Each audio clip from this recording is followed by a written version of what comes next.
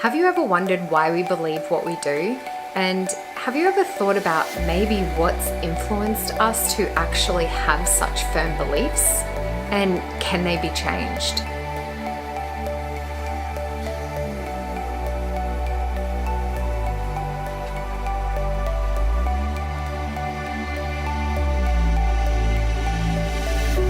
Welcome back to another video. If you are new, welcome. My name is Steph. Lovely to have you here.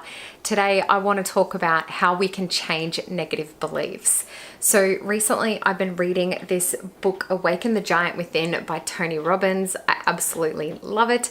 Pretty much love anything that Tony Robbins does, to be honest. But at the beginning of the book, he talks a lot about beliefs, how they came to be, and how we can actually change them. So in this video, I want to share with you my thoughts and what I've learned from reading this book. Let's dive straight in. And the first thing is, so what is a belief? So beliefs pretty much are the sole purpose of every decision, thought, and action that we make in our life.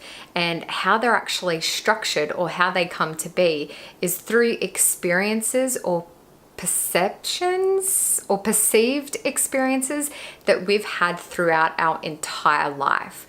So for example, did you have a sibling that maybe just called you stupid or dumb all the time? And then maybe what happened is you have that in your ear at home, and then year one, you walk in, you go to school, and you mess up the pronunciation of a word when you're reading, and everyone laughs at you, making you feel dumb. So the fact that you've had multiple experiences with you making out to be felt that way, that then kind of puts a belief into your system that you don't feel smart. And the more experiences or perceived experiences we have that support that thought, the firmer that belief is going to become.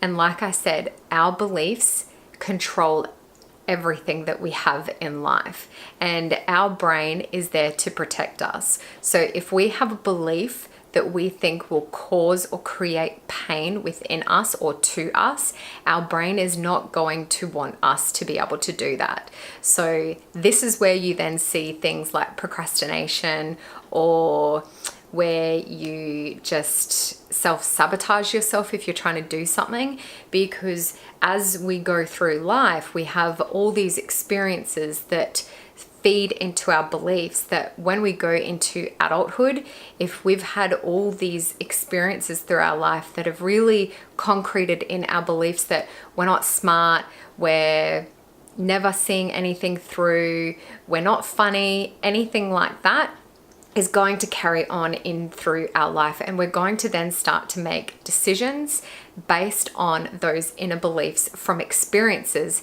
that we've had from childhood. So then we don't go for our dreams. We don't start that business we want to start because we feel that we believe that we're not smart enough. And our brain is protecting us because it thinks that if we do start that business and we believe that we're not smart enough, that is going to inflict pain onto ourselves. And we don't want pain, right? So can you now see how our beliefs can really impact our entire life? It controls our thoughts, our actions, and our decisions. So how do we change a limiting or a negative belief? Well, first things first is we need to determine what type of belief is it, because it can be categorized into three different things. The first one is an opinion. So an opinion could be just that. It's an opinion you have that could be swayed through someone's piece of information or just an experience that you have.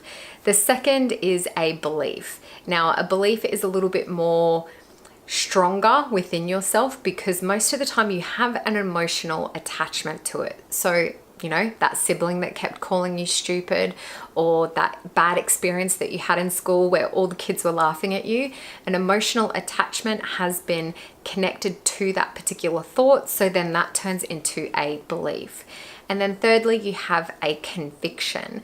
Now, a conviction is a deep rooted belief that you have that when people have it, they will tend to get angry if someone doesn't agree to that thought, will not ever question it, and just has complete resistance to any new information or new input that relates to that particular belief.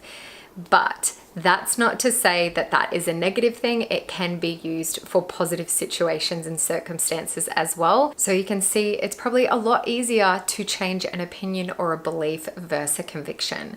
But that's not to say that we can't actually change a conviction either, but we will talk more about that.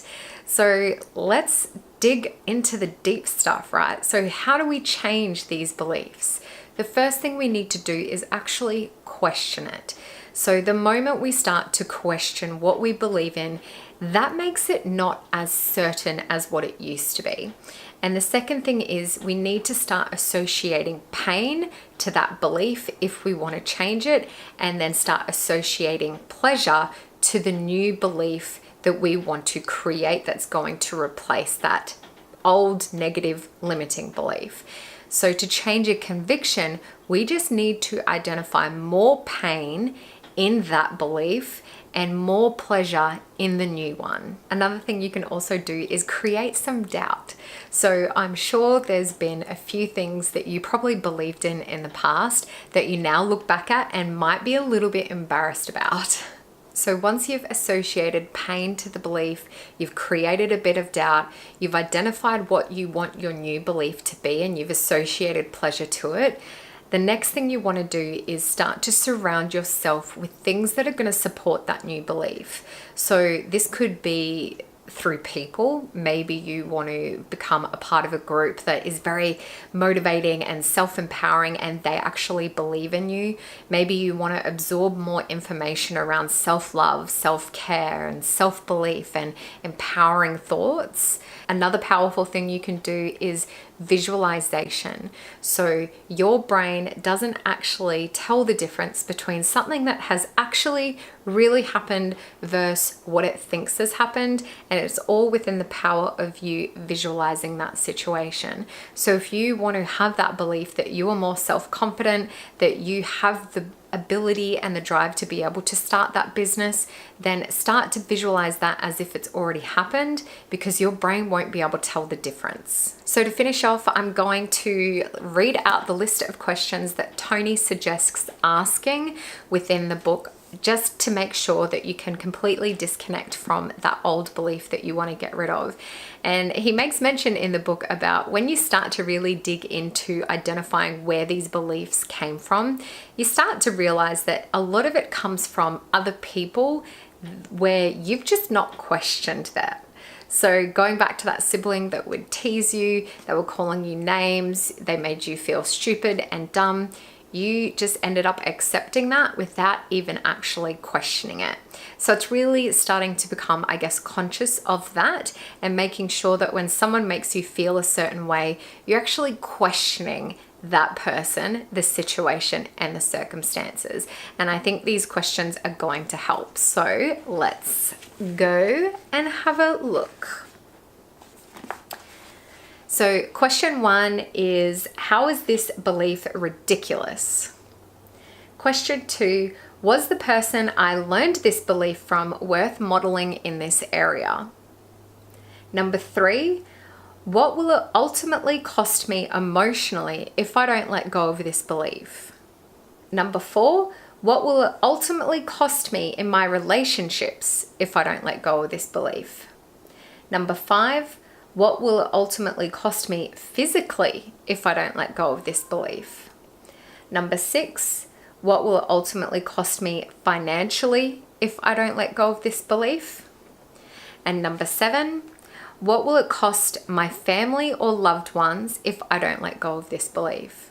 So I thought those were 7 very powerful questions to ask, and do take the time to write them out and really think about answering each of those questions, because it will really show you the core of why you have that belief in the first place and whether or not it's something you're able to and want to change. So I hope you got value out of this video. If you do want to pick yourself up this book, I will leave a link in the description box for you below. Good luck with this process. Let me know how you go in the comments below, and I will see you in my next video.